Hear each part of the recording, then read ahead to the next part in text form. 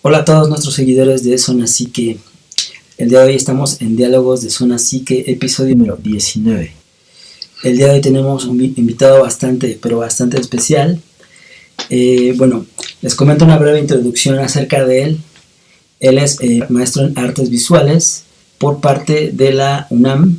Tiene doctorado en ciencias sociales con énfasis en comunicación y política por la Facultad de Ciencias Políticas y Sociales de la UAMX y posgrado en innovación, tecnología y hábitat por la Facultad de Ingeniería de la Universidad Autónoma de Querétaro. Ha sido profesor en diversas instituciones de educación superior, entre las cuales destacan el Instituto Tecnológico y de Estudios Superiores de Monterrey, Campus Toluca, la Universidad del Valle de México y la Universidad Autónoma de Querétaro.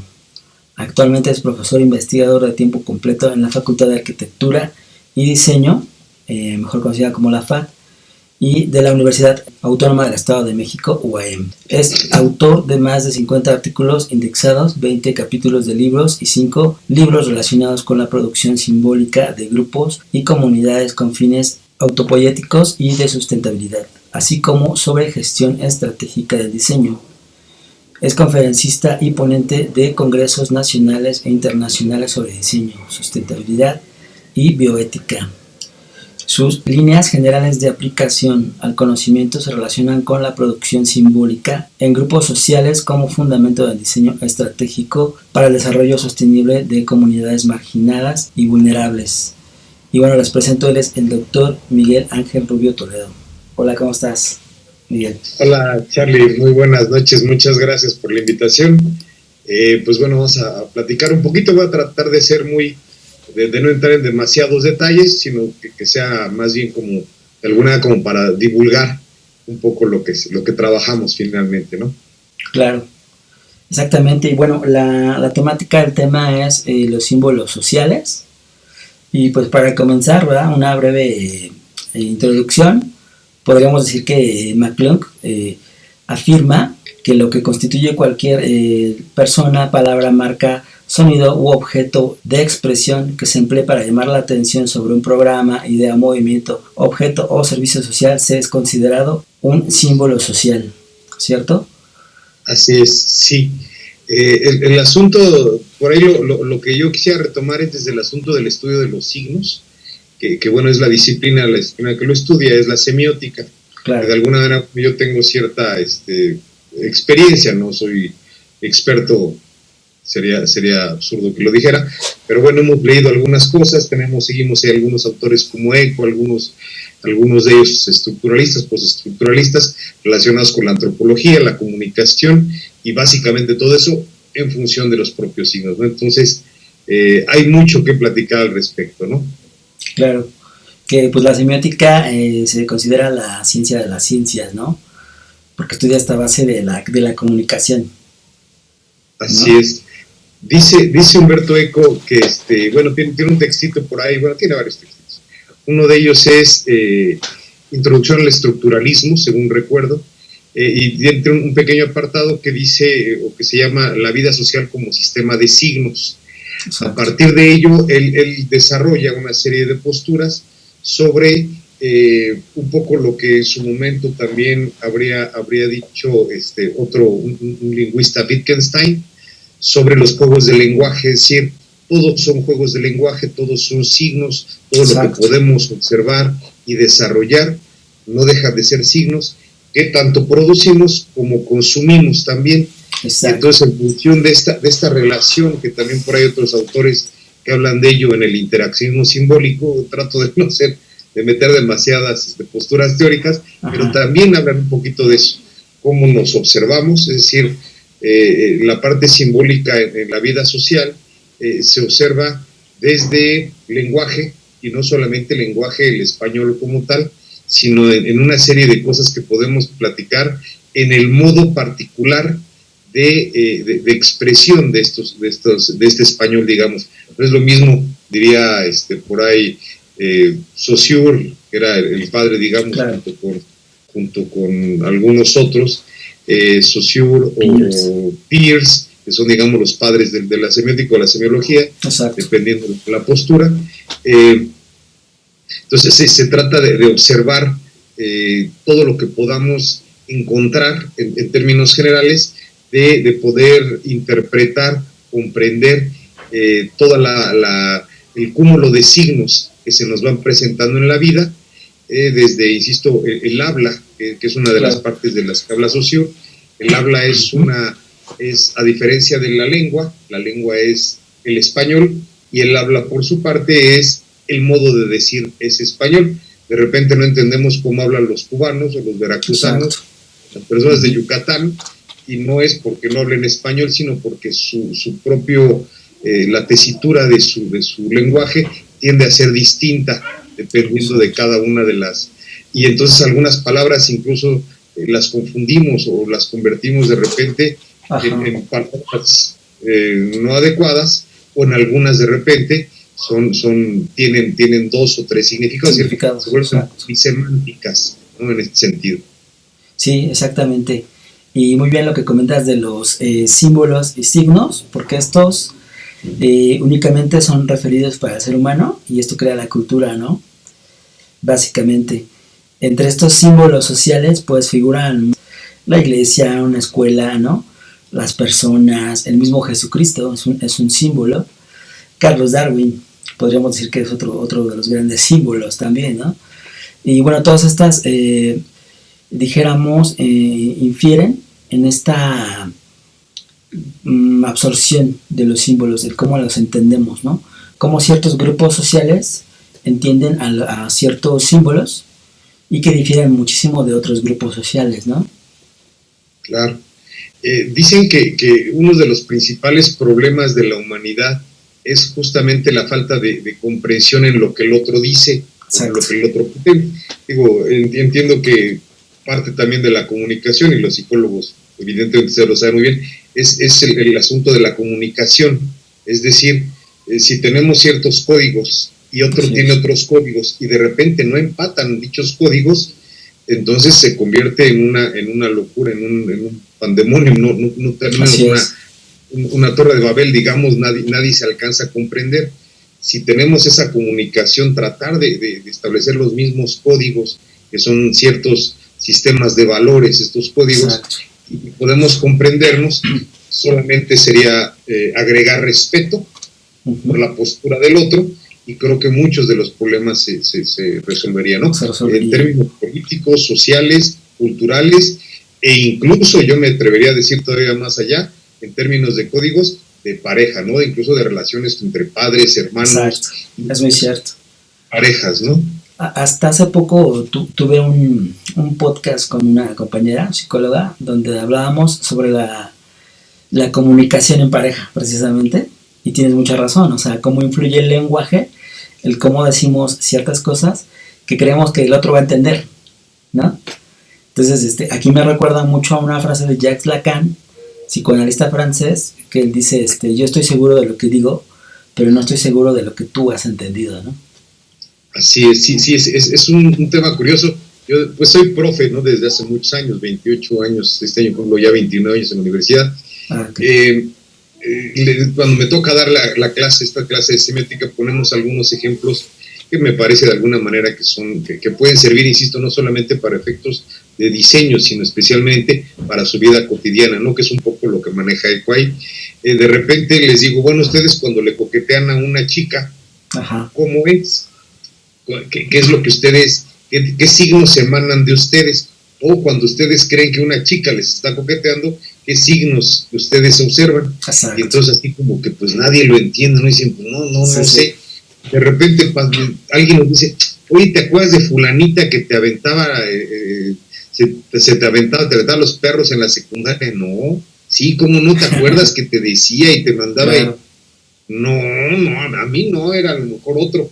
Y el problema era aquí, fundamentalmente, que no teníamos los mismos códigos. Exacto. Si supiéramos que ellos de repente, si se toman el pelo, o si hacen algún comentario, o si cruzan una pierna, ¿no? O si el hombre a lo mejor, porque además hay confusión, si alguien le abre la puerta del auto a una chica, o le cede la silla, de repente se entiende o se malentiende que le está coqueteando, cuando en realidad solamente puede ser un acto de cortesía, ¿no?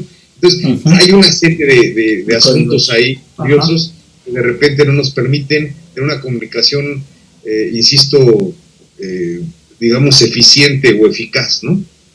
Claro, eso es muy cierto. Aunado también a que las mujeres expresan más palabras, ¿no?, que el hombre, porque son las que nos heredan el lenguaje, ¿no? Entonces, aunado a esto, pues tienen muchísima más expresión. Entonces dicen, ¿por qué no te diste cuenta de tantas indirectas, no? Pues, ¿cuáles? Y luego los problemas entre ya de pareja, no incluso no solamente de pareja, sino también con los papás o con los hermanos o con familiares, de repente no nos alcanzamos a entender. Yo tengo una postura y yo creo en una cosa perfectamente respetable. Hay gente que tiene otra postura y también debe ser perfectamente respetable si partimos de ahí. Ahora, el hecho de que nos podamos comunicar no quiere decir que tú vas a cambiar tu postura o tus creencias o tu fe o lo que sea, exacto, sino más bien lo que tratamos es de entendernos. Y entonces yo sé que fulanito tiene tales características o tales condiciones y yo sé que yo no las tengo, lo cual no me hace ni más ni menos, sino simple y sencillamente nos hace maravillosamente diferentes, decía una psicóloga de la facultad. Exacto.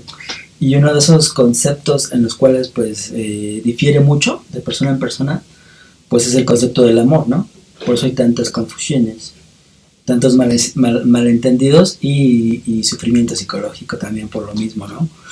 Pero bueno, aquí la idea me hiciste recordar un poquito incluso a Roland Barthes, que él nos dice, ¿no? La misma moda es una especie de lenguaje, ¿no? Donde el ser humano piensa que usa a la moda. Así es. Pero es al revés, ¿no? Hay algunos textitos, Barthes, Lipovetsky, algunos autores que hablan justamente de estos temas. La postura del valor, digamos, en Marx, él hablaba de un valor de uso de los objetos y un valor de cambio. Es decir, nosotros trabajamos durante 8 horas y el valor de nuestro trabajo va a ser en un objeto, en una prenda, digamos, que tiene un uso pues me costó 3 horas de mi trabajo, es decir, es mi tiempo de labor, ¿no? Exacto. Sin embargo, Lipovetsky, por ahí un textito que se llama Crítica de la economía política del signo, justamente le agrega no solamente el valor de uso y de cambio, sino él dice que a Marx ya no le dio tiempo, pero le falta la parte del valor simbólico. Exacto. Es decir, lo que han explotado en la merca y en la publicidad y en el mismo diseño, ¿no? De repente se ha vuelto...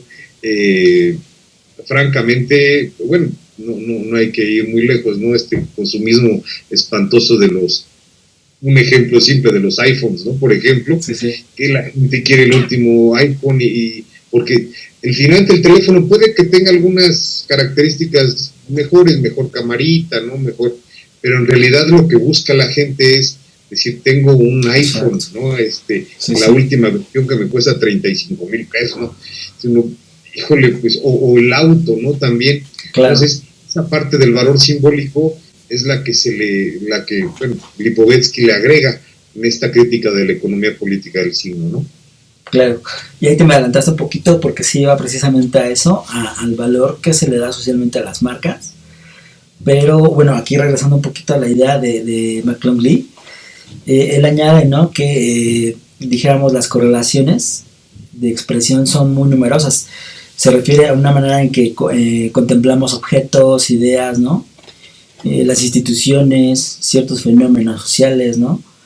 Y dijéramos, todos estos fenómenos socialmente, dijéramos, ignorados, concluyen por construir símbolos, dijéramos, símbolos a veces de lo vulgar o delictivo, ¿no? Dijéramos, actualmente, por ejemplo, el símbolo del feminismo, ¿verdad? Uh-huh. Que es un tema bastante, dijéramos, complejo, sí, que tiene muchas vertientes, pero el cual también ya atañe mucho a la sociedad moderna, ¿no? Claro. Sí, la construcción simbólica de las instituciones es bien interesante, ¿no? Se dice que para que algo sean instituciones porque tiene que tener una serie de bases, digamos, de fortaleza, que eviten claro. que se modifique, ¿no? Aunque en realidad, tenemos la democracia, los estados, las iglesias o las religiones, las propias universidades, la educación formal, son difíciles de mover porque están muy institucionalizadas, lo cual quiere decir que es difícil moverlas. Y cuando alguien habla de una religión, por ejemplo, o de los símbolos que la representan, una cruz, una estrella, no lo sé, muchos símbolos, entonces ya la gente inmediatamente sabe de qué se trata. Pero es bien interesante porque los símbolos además son contextuales, es decir, no es lo mismo para un latinoamericano ver una cruz que para alguien a lo mejor de Asia, ¿no? A lo mejor de China o de Japón, que su religión evidentemente, la parte donde le otorgan un sentido mucho más profundo, el símbolo tiende a ser distinto, ¿no? Y entonces es una vez más, ¿no?, el asunto de los códigos, de los que hablaba Eco, incluso Barthes. Es complicado si no nos comprendemos de qué estamos en realidad platicando, ¿no? Hay gente que cree en algo, hay otras personas que creen otra cosa, perfectamente vale, porque finalmente es un derecho humano la libertad de creencia. Y entonces cuando no nos lo permiten o cuando alguien dice es que lo tuyo no sirve, entonces genera un conflicto, ¿no? Entonces sí es comprendernos y tratar de entender, de buscar los pequeños indicios de los códigos que nos permitan comprender o darle sentido a la postura del otro, ¿no? Creo que por ahí va un poquito, ¿no? Exactamente. Es como la idea de la cruz, como bien mencionas. La cruz tiene inclusive representaciones hasta en los egipcios, ¿no? Podríamos decir que miles de años antes de Cristo. Entonces, ¿cómo se le configura posteriormente hacia esa fe, ¿no? Hacia esa postura religiosa, ¿no? Precisamente por esos códigos. Y hablando, pues, en realidad de esto que mencionas de los símbolos sociales, pues, el individuo en sí mismo es la unidad primordial de los elementos sociales, ¿no? Porque de él nace. Entonces, como dijimos, la primera, ¿no? El primer... Es digamos, quien los genera, quien los construye, quien los produce, que es un poco el asunto de la autopoiesis que por ahí se platicaba, cómo se genera desde lo más profundo del sujeto, cómo emana de sí una serie de condiciones, características y valores que le dan sentido a un, digamos, a un ente que tiene forma de signo, ¿no? Que le otorgamos ese signo simbólico, ¿no? Del que hablaba Lipovetsky por ahí en la crítica de la economía política del signo, si era Lipovetsky, ya creo que ya lo dije que no, bueno, ahorita me acuerdo. Sí, claro. Pero sí, es importante porque es el ser humano finalmente. Ahorita me acordé y hago un pequeño paréntesis. Decía por ahí un exalumno también egresado también ahí de la facultad del doctorado, decía que hay una postura en la biología que dice que el ser humano es el ser menos civilizado del mundo, porque los animales o las plantas, cualquiera de ellos, tienen ya sus propios códigos de manejo. Si en alguno tienen que sacrificarse por el bien de la comunidad, ellos lo hacen sin pensarlo, no por falta de conciencia, sino por un exceso de conciencia, y ellos lo hacen porque ya lo naturalizaron. Y en el caso de los humanos tenemos una serie de prejuicios que no nos permiten que vayamos para allá. Es decir, ellos, toda la parte del signo simbólico, los animales y las plantas tienden a soslayarlo, cuando nosotros de repente le otorgamos un sentido mucho más profundo. Había un autor por ahí también, yo siempre con autores, de Durkheim, Emilio Durkheim, que hablaba de las formas elementales de la vida religiosa. Es muy bueno. Y entonces, que todas las decisiones que tomamos en la vida, o el 80%, digo, estoy parafraseando y estoy inventando por ahí algunos detalles, pero bueno, se refería a esto, ¿no? Que la mayoría de las decisiones que tomamos en la vida se toman en función de lo simbólico más que de lo racional. Es decir, si hace frío me pongo una chamarra, sí, pero no te pones cualquier chamarra, te pones una chamarra que tenga ciertos elementos del equipo que nos gusta, o los colores, o esto, es decir, tiene los lentes que usamos, las camisas, ¿no? Todo lo que usamos tiene un sentido mucho mayormente simbólico que racional, porque bueno, finalmente tenemos que usar lentes y movemos, ¿no? Tenemos que usar paraguas si llueve, pero no cualquier paraguas, ¿no? Entonces, todo eso también va dándole un poquito más de complejidad al asunto de los signos, ¿no? Claro que Durkheim estudió las sociedades totémicas, ¿no? Incluso lo menciona Freud en su libro Tótem y Tabú. Así es, sí. Claro que de ahí viene, bueno, ya más la postura de Freud, ¿no? Lo del tótem. Pero bueno, sin salirnos un poquito del tema, sí es cierto, ¿no? El elegir también, por ejemplo, una marca, te da cierto referente para con los demás, ¿no? O eso es lo que nos hace creer.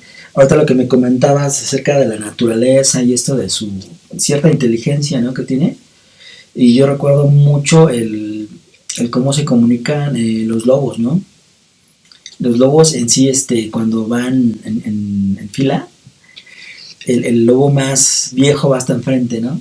Por si se encuentran un depredador, él se sacrifica por los demás, por los más, entonces sí tienen cierta... Tiene que poner, sí, sin entrar a discusiones que yo soy el más sabio, claro, soy el que da más, ¿no? Simbólicamente ustedes me tienen que respetar porque soy el que ha tenido mayores experiencias. Exacto. ¿No? Es por un asunto eminentemente de supervivencia de toda la especie, ¿no? Y hay algo muy característico, por ejemplo, en los lobos, que ellos son caníbales en el momento que lo necesitan, ¿no? Claro. Cuando se necesita sacrificar a alguien, se lo comen. Pero cuando tienen alimento y demás, siguen con su estilo de vida. Entonces se me hace algo muy, muy inteligente, muy interesante, ¿no? Y que incluso, yo no entiendo, los seres humanos de repente, pues tenemos a no sé cuántos miles de personas que están esperando un riñón. Ajá, ¿cuántas miles de personas se mueren diario, ¿no? Y pues con sus riñoncitos, a lo mejor en buenas condiciones que pueden donar, pero no, yo quiero el cuerpo, simbólicamente también el cuerpo de mi, de mi familiar, de la persona, tiene que estar completo para que yo le pueda otorgar un simbólicamente, no religiosamente, un sentido distinto, ¿no? Pero un descanso, sí, ¿no? Y todo esto. Es un asunto complejo. Claro, que bueno, aquí entrando un poquito a eso de los simbolismos o de las figuras simbólicas, pues la familia también, ¿no? Es un elemento social en el cual pues participamos todos de entrada, ¿no? Y donde aunadamente pues se va adhiriendo los amigos, ¿no? La cultura, la mezcla de símbolos, y un poco más allá el nacionalismo, ¿no? Que también es otro de los símbolos sociales, ¿no? Es bien interesante el nacionalismo. Me regreso un poquito al asunto del feminismo. Había una doctora de la universidad que tenía su proceso de investigación. Parte de su línea de investigación era sobre el Taco Mazahua. Ya. O sea, es importante, puede ser el Taco Mazahua. Bueno, se puede ver desde lo económico, se puede ver desde lo cultural, se puede ver desde muchos sentidos, no tiene muchas aristas, pero especialmente el asunto, digamos, del feminismo, como en su momento las mujeres, por ejemplo, pues son las que producen o generan el taco, se sienta la gente a la mesa y les sirve. Es decir, este asunto del feminismo también tiene un asunto ahí importante en términos de lo simbólico, de quienes, decía el dicho, nunca te pelees con la cocinera, ¿no? Te puede envenenar o te puede poner mucho chile, ¿no? Al menos, ¿no? Pero bueno, es interesante, ¿no? El otro asunto del nacionalismo, sí lo manejaba muy bien el famoso Goebbels, ¿no? Con su publicidad impresionantemente de los nazis. Con los nazis, ¿no? Funcionó muy bien en su momento, incluso la gente estaba convencida, decíamos, pues sí, es cierto, somos la raza superior. Ahí tergiversaron el superhombre de Nietzsche, y bueno, lo convierten ellos en un superhombre, pero físico, ¿no? De raza, en lugar de verlo como un superhombre que tiene que aceptarse con todos sus defectos y virtudes y actuar en consecuencia, ¿no? Ese es el responsable de sí. Pero sí, muy, muy interesante. Hay personas que, por ejemplo, el himno nacional o la bandera, dicen, a mí realmente no me importa, ¿no? Esos son, pues que todos somos iguales y a mí no me educaron así, pero a muchos de nosotros, desde que somos pequeños, desde el kinder, todos los lunes vestidos de blanco, cantando el himno nacional, y el himno del Estado de México, porque además claro. los que nos también, y no también sí no se olvida, ¿no? La otra vez estaba acordando también. Y sí, y cuando juega la selección, ¿no? Exacto, es donde iba también. Es un asunto bastante tenebroso, ¿no? De fanatismo y de obsesión casi, ¿no? Sí, y todo eso dicen que son la diferencia entre el patriotismo y el patrioterismo, ¿no? Los patrioteros, que en realidad solamente cuando juega la selección se vuelven muy mexicanos, pero en lugar de serlo siempre, cuando lo requieren, cuando dejen de tirar basura, cuando no se pasen los altos, eso es ser nacionalista, eso debería ser tener identidad con tu propia comunidad, ¿no? Pero no se alcanza a ver allá, sino sí, el asunto de los deportes, por ejemplo, y perdón, Charlie, ya me agarré el micrófono, ya parece no te preocupes. Los partidos de fútbol, por ejemplo, ¿no? Decía por ahí otro autor, es que pega en todos lados, ¿no? Insisto, sí. En la parte de los deportes, por ejemplo, pega, me acuerdo mucho de Braveheart, del Corazón Valiente de Mel Gibson, muy bueno. Cómo se pintaban, iban a la guerra. De los escoceses. De los escoceses contra los ingleses, ¿no? En su momento que los tenían, bueno, todavía hasta la fecha tienen la pata en el pescuezo de los pobres escoceses, pero bueno, esa es otra historia. Sí. Pero sí resulta que toda cómo toda su ropa, su indumentaria, su maquillaje, es muy similar a la de las porras. La de las porras de los tipos, lo de los tipos italianos, o lo de los mexicanos, o de los argentinos que van y salen del estadio y se pueden golpear al otro. Y parecen una tribu, ¿no? Como tribus, efectivamente, tribales. Mientras más feroces además se vean, pues es mejor, ¿no? Simbólicamente también, ¿no? Otro que por ahí mencionaba. Que hasta me acordé de los hooligans. De los hooligans, por ejemplo, ¿no? Otra de también estas analogías o metáforas deportivas, el famoso fútbol que decía, ahorita me acuerdo del autor, decía que pues una bola de fulanitos tratando de insertar en la portería, ¿no? Muy freudianamente. ¿no? Sí, y entonces ya les metimos el gol, ¿no? Dices, sí, pues, ¿no? Es, digamos, de una manera también pues, metafóricamente y el gusto que da, ¿no? Es curioso.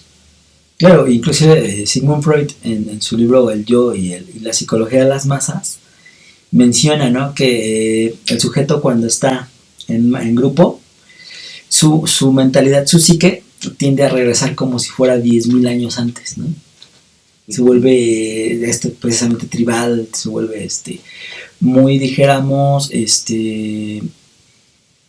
como que si fuera instintivo, ¿no?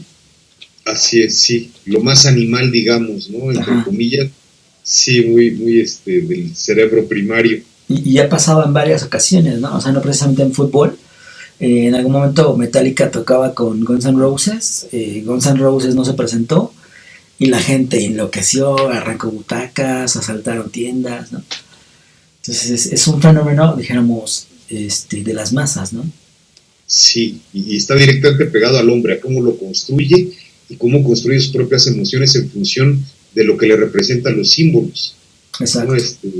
Sí, parece que actúa el hombre en función de ello, ¿no? Yo creo que mucha de la conducta de los sujetos va relacionada con esta parte simbólica, que bueno, he tenido oportunidad por ahí de ver algunas cosas, algunas entrevistas y por ahí tuyas, por ahí es un poco lo que se alcanza, bueno, alcanzamos a aprender, ¿no? Poquito, pero sí aprendemos. Sí, gracias. Pues sí, ahorita recordando un poquito de los símbolos que tú mencionabas de los nazis, pues la swástica, ¿no? Que se usó como un símbolo manji, que es que de los japoneses, pero lo utilizaron los nazis después, ¿no? Entonces se apropiaron culturalmente, digamos, de un símbolo, ¿no? Y le dieron otro significado, otro contexto. Sí, y que eso me acordé también de cómo se resignifican, digamos, los propios símbolos y los propios procesos simbólicos. Recuerdo hace algunos años había unos pantalones de marca Furor, creo que eran, que traían a Che Guevara. Ah, sí, sí. Y entonces eran furor, eran de alguna manera de los Sí, de marca, y eran baratos. Y entonces, si hubiera escuchado o si hubiera visto el Che Guevara que tenían los niños, pues burgueses, digamos, su imagen ahí, se hubiera vuelto a morir de la impresión, ¿no? Curioso cómo se reapropian los símbolos a través justamente de toda esta parte de lo comercial, digamos, por llamarlo menos. Claro, y en las masas, bueno, los grupos, pues tienen que creer en algo, ¿no? Que los sustente también, dijéramos, en esta psicología de las masas, ¿no? Ya recuerdo, por ejemplo, una frase de Carlos Gustav Jung, que decía, es más fácil cambiarles de Dios a que dejen de creer en uno, ¿no? Sí. Que, bueno, sí, en eso se basaba. Es un tema de veras complejo y además muy interesante, porque, insisto, se ve desde muchos lugares, ¿no? El asunto de lo simbólico, de los procesos, de los sistemas de valores implican a la ética, implican, insisto, a la economía, surgen justamente desde la antropología o la parte cultural y psicológica de los sujetos, ¿no? En lo colectivo y en lo individual. Entonces se alcanza a ver su importancia, ¿no? En relaciones de todo tipo, ¿no? Relaciones con los propios objetos. Por ahí, y hago un paréntesis de nuevo, el asunto del diseño. ¿Por qué lo utilizamos para tales efectos? ¿No? Es decir, ¿cómo construimos nosotros, cómo le otorgamos significado para que una persona pueda consumir, digamos, algo? Lo mismo que hace la merca, un poco lo que hace la publicidad, cómo le otorgamos sentido.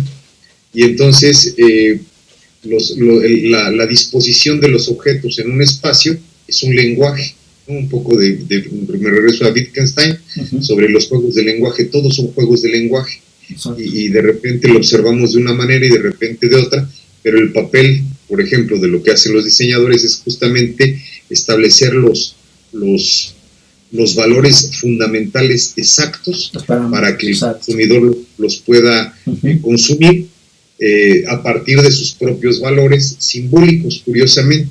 Claro. No compramos, cuando vamos a la tienda, no compramos un pantalón y vemos 100 pantalones y nos quiero este.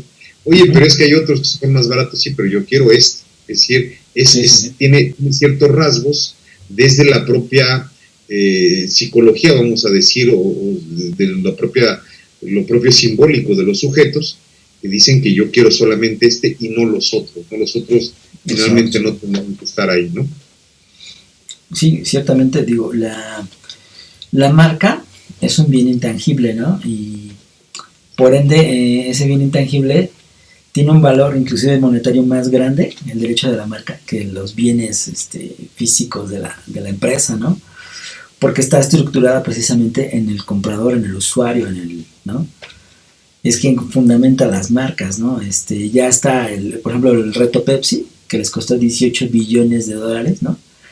Y lo único que determinaron es que Coca-Cola vendía más y seguía vendiendo más, ¿no?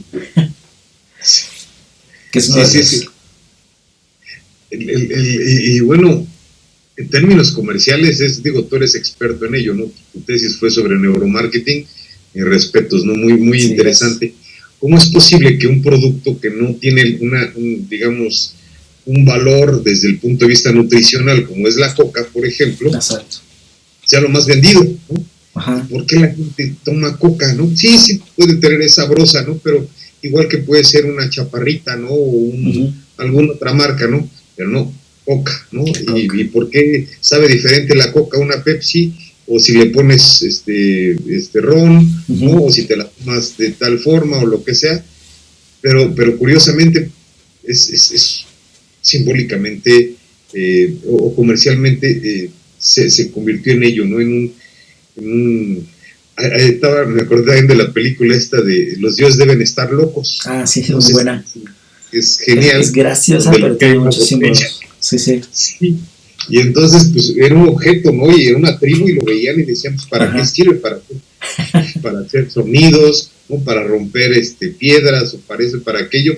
Pero finalmente, nuestra vida, y eso sí hay que entenderlo, desde una postura hermenéutica, desde un horizonte de sentido, digamos, nuestra vida no sería lo mismo, no porque sea bueno o malo, si la botella de Coca-Cola, la clásica botella de Coca-Cola, no existiera en nuestras vidas. Claro. No porque sea bueno o malo, pero es porque ha sido un referente en muchos sentidos, ¿no?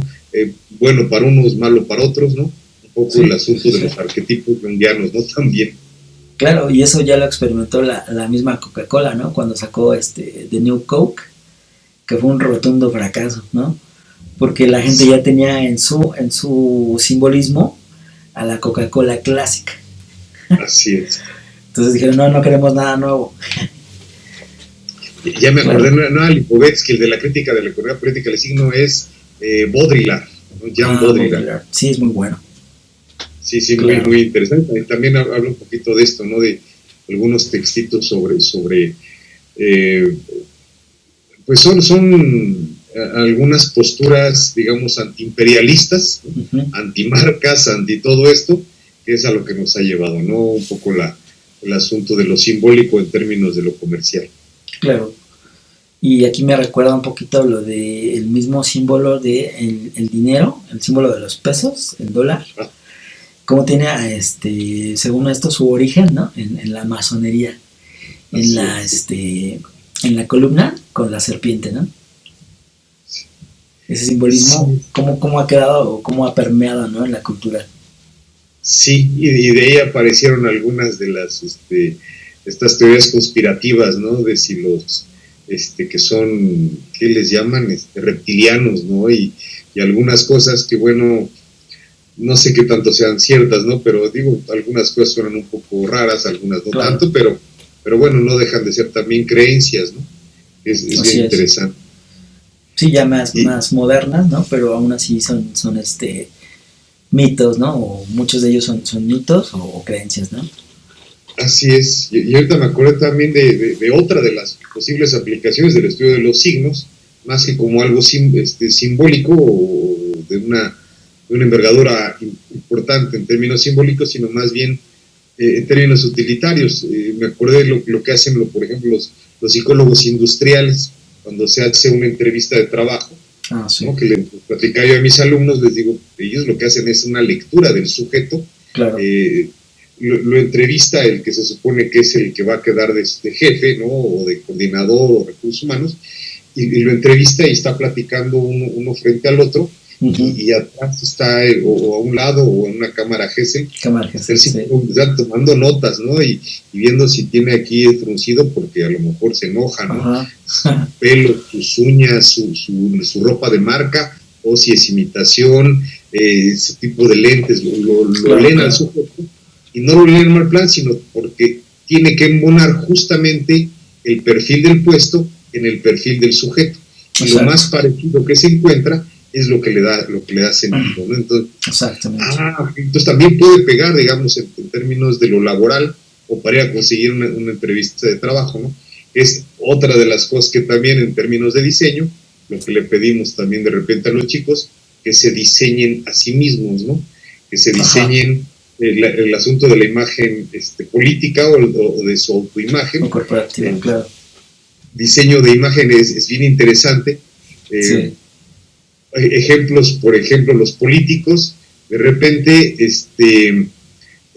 pues si vamos a alguna población no urbana, pues lo ideal es que tengan su bigote, su sombrero piteado, sus botas. Que son símbolos, ¿no? Claro. Sí es simbólico. Y de repente, si lo llevas a la Ciudad de México, por ejemplo, y lo llevas con un sombrero, la gente tiende a rechazarlo. Sí. Porque no es parte de su identidad, ¿no? Así es. Entonces, también es bien interesante porque también por ahí el diseño de la imagen pública, ¿no? Es muy interesante, claro.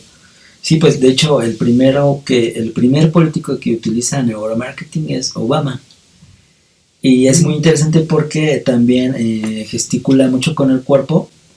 Y la situación, muchos dicen que le hizo ganar, fue simplemente esto de doblarse la camisa, ¿no? Ajá. Porque es representativo del trabajo.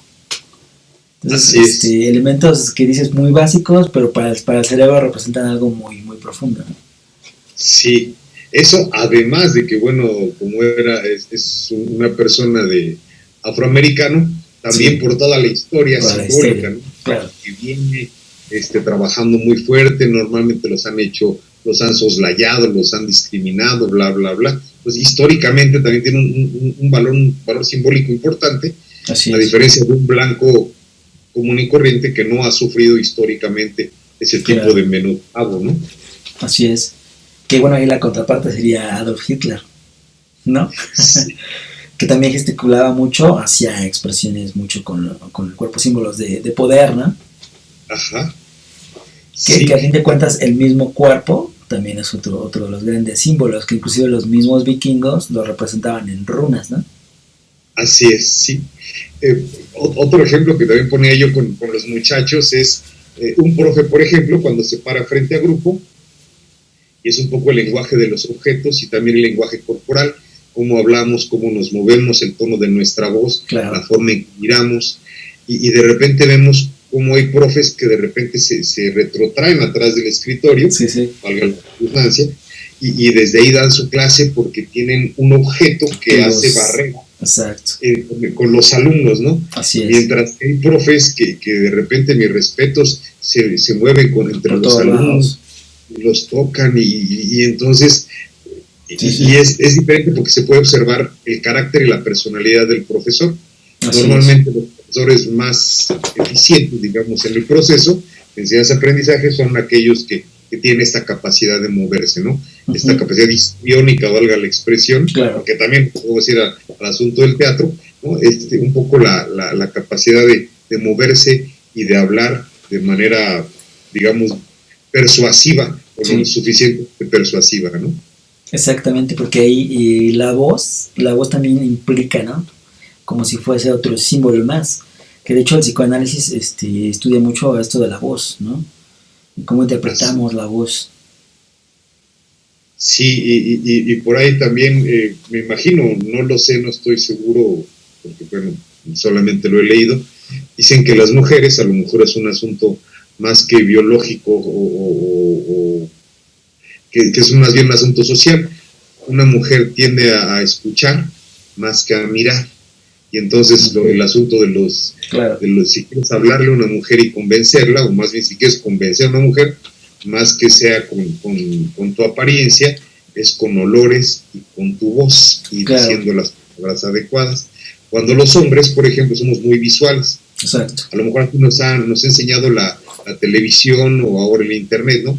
Y el asunto, una vez más, el asunto del feminismo, ¿no? Las chicas en poca ropa, vemos una función de box y pasan las edecanes en ropas muy pequeñas, ¿no? Y entonces es como parte también de esto, ¿no? Donde también, insisto, impacta el asunto simbólico. Claro. Y bueno, yo ahí siento que tiene mucho que ver el desarrollo evolutivo, ¿no? En el hombre, en la mujer. Las actividades que realizamos durante miles de años, ¿no? Permearon en cómo somos también actualmente, en los roles y demás. Por ejemplo, la mujer tiende mucho a, cuando va a comprar una fruta o algo, tiende mucho a olerlo, ¿no? Porque eso es algo simbólico en ella, ¿no? Sí, sus sentidos aparentemente están como más desarrollados o más integrales, digamos, Claro. a diferencia de los hombres, que somos eminentemente visuales. Sí. Sí, nos movemos casi por los ojos. Que seguramente tuvo que ver con el hecho de la cacería y demás, ¿no? Cuestiones. Puede ser un asunto evolutivo, ¿no? Así como bien comenta. Un punto a lo mejor, no lo sé, ¿no? Podremos especular muchas cosas, pero de que es un hecho, creo que sí lo es, ¿no? Somos mucho más visuales. El partido vemos la tele, no somos más afectos a la tele, ¿no? Bueno, en mi generación, Charlie, yo sé que tú eres de otra generación, pero en mi generación éramos de televisión todavía, y todavía hasta la fecha, ¿no? Ustedes ya bastante más jóvenes, pues ya más bien son pantallas, ¿no? Ya son otras cosas, pero sí, todavía vemos como las personas, pues de mi generación y un poco más grandes, todavía son muy afectas a ver televisión, a institucionalizar, por ejemplo, un canal de televisión, lo que decía en sus tiempos Jacobo Zabludovsky, es porque el síndrome de Homero Simpson, ¿no? Si lo dice la tele es porque es verdad, y entonces la gente en realidad decía, no, pues es que Jacobo es la verdad, la neta del universo. Exacto. Y entonces sí, y después, bueno, pues ya cayó que pues era todo manipulado y una serie de cosas, ¿no? Pero finalmente a la gente cambiarle sus sistemas de pensamientos, sistemas de valores, y particularmente lo que ellos consideran sagrado de alguna manera. Exacto. Que es, digamos, desde la semiótica, donde tendríamos que buscar cuáles son las cosas que mueven a nuestro consumidor. Digamos, ponía yo el ejemplo, y una vez más me regreso al asunto del diseño. Si vamos a diseñar una silla, por decir algo, ¿no? Esa silla se la quiero yo vender a todos los chicos del TEC de Monterrey. Uh-huh. Ok, ¿qué elementos sagrados no en términos de dioses, sino en términos de ritualísticos, ¿no? Sí, de más que se encuentra en lo más profundo de ellos. Ajá, y entonces claro, existe un Azultec. Dices, no, es que no existe el Azultec. Sí, es el Pantone, es esto. No es Pantone, es Azultec. Y si le pones detalles de Azultec, cuando los chicos van caminando y ven, ay, mira, esta silla es como de nosotros, exacto, que es del TEC. Existe un vínculo identitario, exacto, el color y el sujeto, ¿no? Un poco, por ejemplo, con Iron Maiden, por ejemplo, con Eddie, ¿no? La calaverita, claro, que a lo mejor no tienes que poner la calaverita, pero puedes sugerir la calaverita en alguna imagen, y entonces va a existir una mayor facilidad para que el consumidor claro, lo compre o lo obtenga, ¿no? Es también esa parte mañosa, y es un asunto genuinamente retórico, además. Es todo un tema, claro, de retórica, que incluso Pixar lo ocupa con sus personajes, por ejemplo, Toy Story, que tuvieron un gran éxito. Esos personajes que tienen ciertos, como dices, colores, patrones, los replican en nuevos personajes para que la gente los identifique y los acepte más rápido. Sí, y lo mejor es cuando ya tienes a tu público, digamos, ya sabes tu público meta al que le vas a vender, y entonces la parte importante del diseño es la parte fundamental de inicio, es la investigación sobre los sujetos, para ver sus creencias, para ver lo sagrado, para ver qué es lo que los mueve, ¿no? Decía por ahí Octavio Paz en El laberinto, ¿no? La madre, ¿no? Existen mujeres y las mujeres son estos, puede ser esto y aquello, menos mi madre, porque claro, la madre es sagrada. Claro, y entonces una mentada duele, dicen que si tienes frío hasta una mentada que se calienta también, ¿no? Entonces en El laberinto de la soledad, ¿no? Lo escribe eso. Ajá, en El laberinto de la soledad, sí, es muy interesante, porque podemos ver cosas sagradas en los sujetos. Exacto. Y entonces en función de ello hacer un uso ético. Yo insisto mucho en eso. Decía por ahí era Aristóteles, creo que era, cuando habla sobre su retórica. Ajá. Decía, la retórica no se le puede enseñar a cualquiera porque es muy peligrosa en términos de retórica discursiva, no visual, porque es muy es peligrosa porque puedes convencer a alguien y puedes hacer lo que haga lo que sea, ¿no? Si alguien tiene la capacidad de persuasión, y conocemos gente que tiene una labia impresionante y te venden lo que sea, ¿no? Sí. Sabemos unos chatos para ese tipo de cosas, ¿no? Pero bueno, son habilidades o capacidades que se pueden desarrollar. Pero bueno, lo importante es que el diseñador tiene que tener los elementos suficientes para poder persuadir a alguien a través de su propio discurso, que son líneas, texturas. Inclusive me hace recordar ahorita el marketing, dijéramos, anterior al actual, estudiaba las grandes, dijéramos, cifras, ¿no? Cuánto compran de tal producto, cuánto compran de otro producto, y el marketing actual está en estas estadísticas como en detalles menores, ¿no? Por ejemplo, los micro detalles. ¿Qué haces en tu casa cuando llegas? Esos rituales, ¿no? Ajá. Esos rituales son lo que está estudiando ahorita el marketing actualmente, ¿no?